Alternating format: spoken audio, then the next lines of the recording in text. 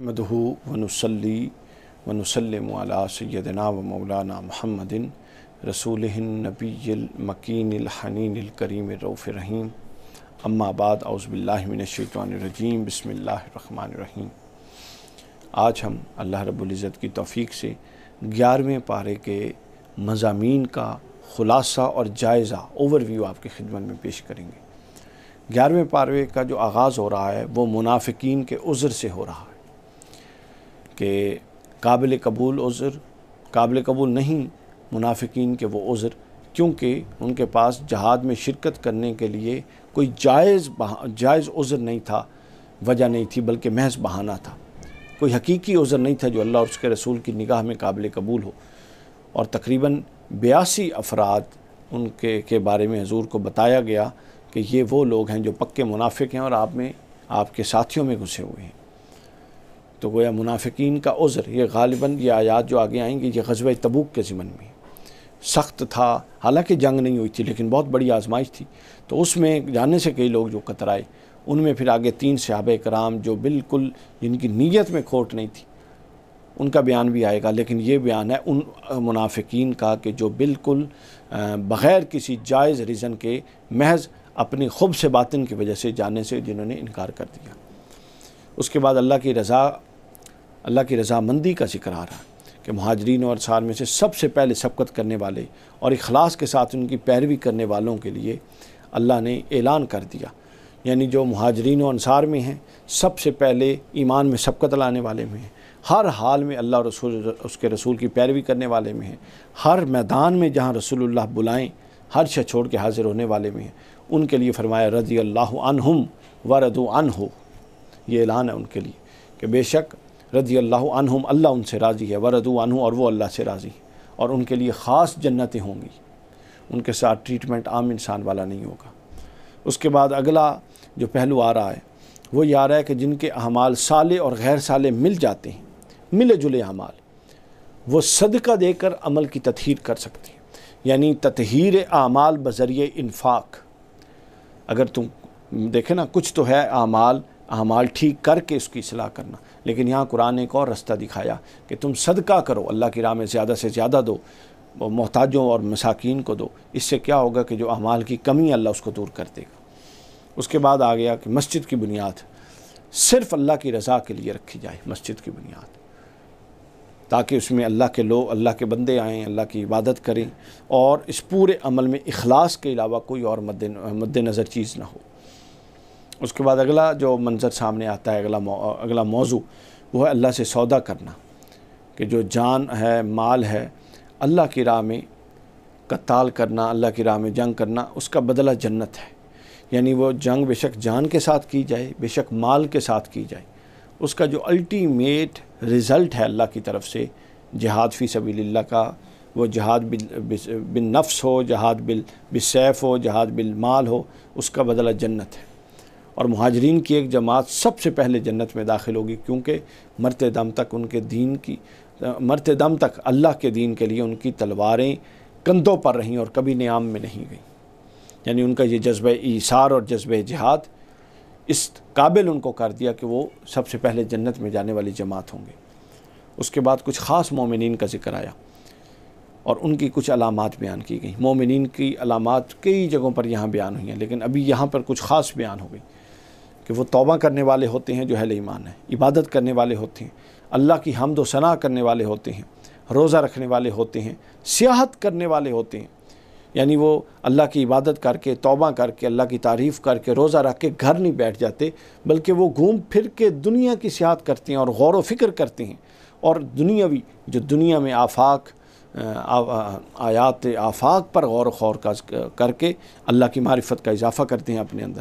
پھر رکوع و سجود کرنے والے ہیں، پھر نیکی کا حکم دینے والے ہیں، برائی سے روکنے والے ہیں، حدود اللہ کی حفاظت کرنے والے ہیں۔ یعنی مومنین کے یہ جو 8-10 خواص بیان ہوئے، اس میں معاشرتی حصہ بھی موجود ہے، اس میں اخلاقی خواص بھی موجود ہیں، اس میں آفاقی خواص بھی، اخلاقی خواص بھی، اور اس میں حدود و تعزیرات اور عبادات سے متعلق ہدایات بھی موجود ہیں۔ اس کے بعد آگے 3 صحابہ کا تذکرہ آ رہا ہے جنہوں نے سستی دکھائی اور غزوہ میں نہ جا سکے۔ پھر اس کے بعد سزا کے طور پہ ان کا معاشرتی بائیکاٹ کر دیا گیا، اور یوں ان پر اللہ کی گرفت ہوئی۔ 50 دن یہ بائیکاٹ قائم رہا، اور فرض کی گئی ادائیگی میں کوتاہی کرنے کے بدلے میں انہیں 50 دن مسلمانوں کا مقاطعہ برداشت کرنا پڑا۔ نیکی کا جو موقع ملا تھا اس کو وہ گنوا چکے تھے، اس کی وجہ سے یہ تھی، یعنی جب کوئی نیکی کا موقع میسر آئے اور ہم محض اپنی غفلت سے اس کو گنوا دیں تو پھر اس کی سزا ہے، اور اگر نیکی کا موقع میسر آئے اور کوئی جینون ریزن ہو تو پھر اللہ محروم نہیں کرتا۔ صحیح مسلم میں حدیث ہے، حضور علیہ الصلوۃ والسلام تبوک سے واپس آ رہے تھے تو فرمایا کہ ہمارے کچھ ساتھی ایسے ہیں کہ تم جس بھی وادی سے گزرتے ہو، جس بھی پہاڑ پہ چڑھتے ہو، وہ ساتھی تمہارے ساتھ ہیں، ان کو ان کے عذر نے مدینہ میں روک رکھا تھا۔ تو گویا نیت پر یہ انحصار ہے۔ اس کے بعد آگے فرمایا دین میں سمجھ علم حاصل کرنا، کہ علم دین کی خدمت کے لیے کچھ لوگوں کو نکلنا چاہیے۔ اللہ کا حکم ہے اور اللہ کی منشا ہے کہ ایک طبقہ لازماً ایسا تیار ہو کہ اس طبقہ کا پورا مدعا ہی یہ ہو کہ علم دین حاصل کیا جائے اور اس میں پختگی کی جائے، پھر دین میں یہ سمجھ بوجھ اور پختگی حاصل کر کے وہ پھر پھیل جائیں، اپنے اپنے علاقوں میں جائیں اور دین کی تبلیغ کریں، تاکہ ہر ایک دین آشنا ہو، ہر ایک تک دین کی روشنی اور اس کا صحیح روح پہنچ سکے، اور ہر کوئی اللہ سے ڈرے اور ہر کوئی اللہ کی اتباع کرے۔ اس کے بعد اگلا موضوع 9واں بڑا اہم موضوع ہے، وہ حضور نبی اکرم صلی اللہ علیہ وسلم کی تڑپ سے متعلق ہے۔ لقد جاءکم رسول من انفسکم عزیز علیہ ما عنتم حریص علیکم بالمؤمنین رؤوف رحیم، کہ مومنوں کی جو تکلیف ہے وہ آقا کی طبیعت پر ناگوار گزرتی ہے، یعنی دکھ ایک امتی کو تکلیف پہنچ رہی ہے لیکن وہ حضور کی طبیعت پر ناگوار ہے، اور حضور ان کی ہدایت کے لیے آخری حد تک حریص کا لفظ قرآن لایا، یعنی اتنے شدید خواہش مند ہیں، اور پھر فرمایا کہ خواہش مند بھی نہیں، ان پر شفیق اور مہربان بھی ہیں۔ یہاں حضور علیہ الصلوۃ والسلام کے 3 خواص بیان ہوئے۔ مومنوں کی تکلیف ان پر گراں گزرتی ہے، ہدایت کے لیے وہ حریص ہیں، نہایت خواہش مند ہیں، اور شفیق اور مہربان ہیں۔ بس یہ پوری سیرت نبی کا خلاصہ ہے، اگر آپ لوگ اپنا لیں کہ یہی 3 کام امتی اپنے اندر اپنا لیں، کہ حضور کو تکلیف ہوتی تھی مومنوں کی تکلیف سے، امتی کو بھی کسی دوسرے مسلمان کی تکلیف سے تکلیف ہونی چاہیے تاکہ وہ ہمدردی میں اس کے ساتھ کھڑا ہو۔ دوسری یہ تھی کہ وہ اس کی ہدایت کا حریص تھا، حضور اس کی ہدایت چاہتے تھے، مومن بھی اس کی ہدایت کا حریص ہو کہ میرا جو دوسرا بھائی ہے وہ کہیں بے ہدایتہ نہ رہ جائے۔ اور تیسرا شفیق اور مہربان تھے، لہٰذا مومن بھی دوسرے پر شفیق اور مہربان ہو جائے تو سارا مسئلہ حل ہو جائے اسی ایک آیت کے اندر۔ اگلا موضوع بیان ہوتا ہے وہ یہ ہے کہ اللہ پر بھروسہ کرو، حسبی اللہ لا الہ الا اللہ علیہ توکلت وہو رب العرش العظیم۔ ابو داؤد کی حدیث، حضور نے فرمایا کہ جو شخص یہ دعا دن میں صبح 7 دفعہ اور رات میں 7 دفعہ پڑھے گا، اللہ تعالیٰ اس کے ہر معاملے کے لیے کافی ہو جائے گا، لہٰذا اس کو پلے باندھ لیجیے۔ حسبی اللہ لا الہ الا اللہ علیہ توکلت وہو رب العرش العظیم۔ ترجمہ میں کر دوں، حسبی اللہ، کافی ہے میرے لیے اللہ جس کے سوا کوئی معبود نہیں، اور اسی پر میرا توکل اور بھروسہ ہے، اور وہ عرش عظیم کا مالک ہے۔ اس کے بعد اگلا موضوع آتا ہے دنیا پر راضی رہنا، یعنی اللہ کی ملاقات۔ جو لوگ دنیا پہ راضی ہیں کہ بس ٹھیک ہے، جو آ گیا ہے، جو مل گیا ہے، بس فبہا، یہی کچھ تھا، تو ان کی کچھ قرآن نے نفسیات بیان کی کہ ان کی طبیعت یہ ہے کہ وہ اللہ کی ملاقات کی توقع نہیں رکھتے، پھر پوری دنیا دنیا طلبی پر ہونا، ان کی پوری توجہ صرف دنیا طلبی پہ ہے، ان کی ترجیحات میں کہیں دنیا کو چھوڑ کر کسی اور چیز کی رضا آخرت نہیں ہے، اور وہ مطمئنہ کہ وہ ٹھیک راستے پر ہے۔ بس یہ 3 علامتیں، خطرناک علامتیں ذہن میں رکھ لیجیے۔ اللہ کی ملاقات کی توقع نہیں رکھتے، یہ سب سے بڑا جرم۔ دوسری، ان کی پوری توجہ اور ان کا مقصد اور مطمع نظر ہی دنیا کا حصول ہے۔ اور تیسرا، جو کچھ وہ کر رہے ہیں، حالانکہ یہ غلط ہے کہ آخرت کو نکال کے اللہ رسول کو بھول کے صرف دنیا طلبی، یہ غلط ہے، لیکن وہ اس غلطی پر اطمینان میں بھی ہے، یہ تباہ کن ہے۔ آگے بتایا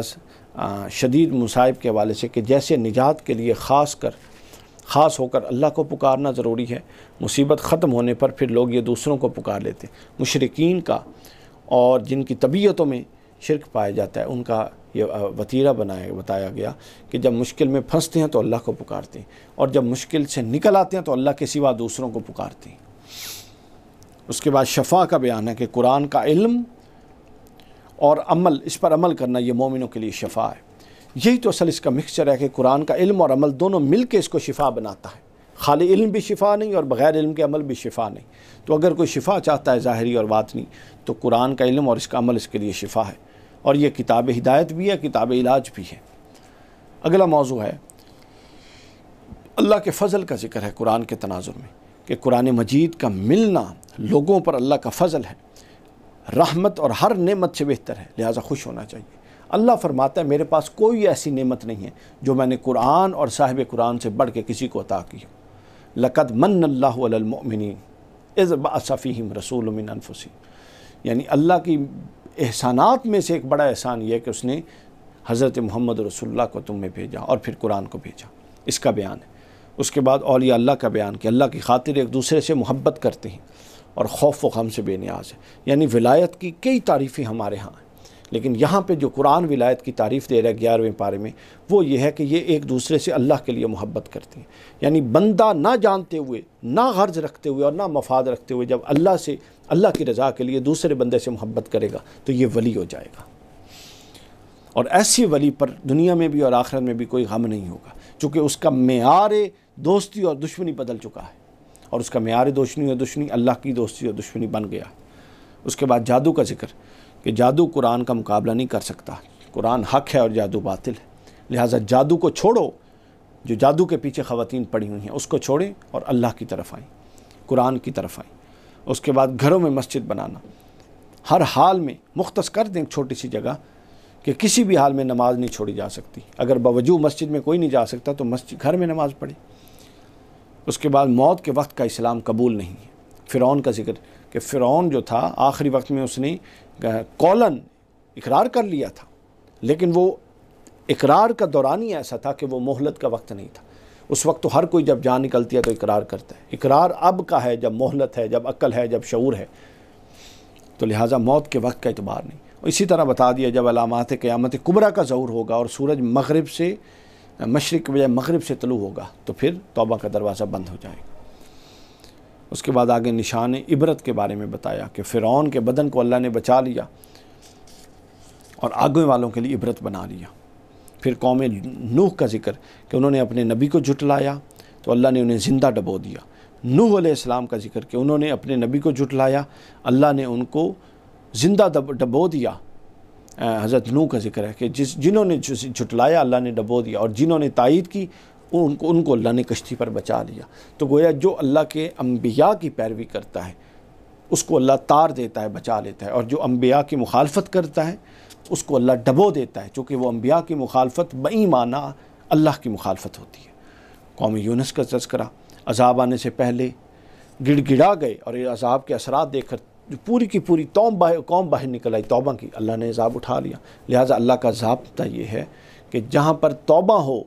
استغفار شروع ہو جائے، وہاں وہ عذاب نہیں بھیجتا۔ اس کے بعد شکی لوگوں سے، جو شکی القلب لوگ ہیں، ان سے دور رہنے کے لیے نصیحت کی گئی، اور خالص ہو کر اللہ کی طرف رہو، اور جن کے دل شقاوت پر مبنی ہیں ان سے اجتناب کرو، ان کی صحبت سے۔ پھر نفع اور نقصان کا مالک اللہ ہے، اللہ کے علاوہ نہ کسی کے ہاتھ میں نفع ہے نہ نقصان ہے۔ آخر میں بتایا کہ حق قبول کرنے میں اپنا فائدہ ہے اور حق سے بھٹک جانے میں، دور ہونے میں اپنا نقصان ہے۔ یہ عقلی طور پہ غور و فکر کا بتایا کہ پچھلی ساری نسلیں، پچھلی ساری امتوں کے احوال تمہارے سامنے ہیں کہ جنہوں نے اللہ کو قبول کیا، انبیاء کی دعوت کو قبول کیا، ان کا کیا حال تھا، جنہوں نے انکار کیا ان کا کیا حال تھا۔ اور آخر میں استغفار کے 3 فوائد استغفار کے بیان ہوئے۔ فرمایا کہ استغفار سے گناہوں کی معافی ہوتی ہے، استغفار سے رزق میں فراوانی ہوتی ہے، اور استغفار سے اللہ کا فضل عطا ہوتا ہے۔ اللہ تعالیٰ سے دعا ہے کہ ہمیں قرآن مجید کے ساتھ جڑ کے اس پر عمل کرنے کی توفیق عطا فرمائے۔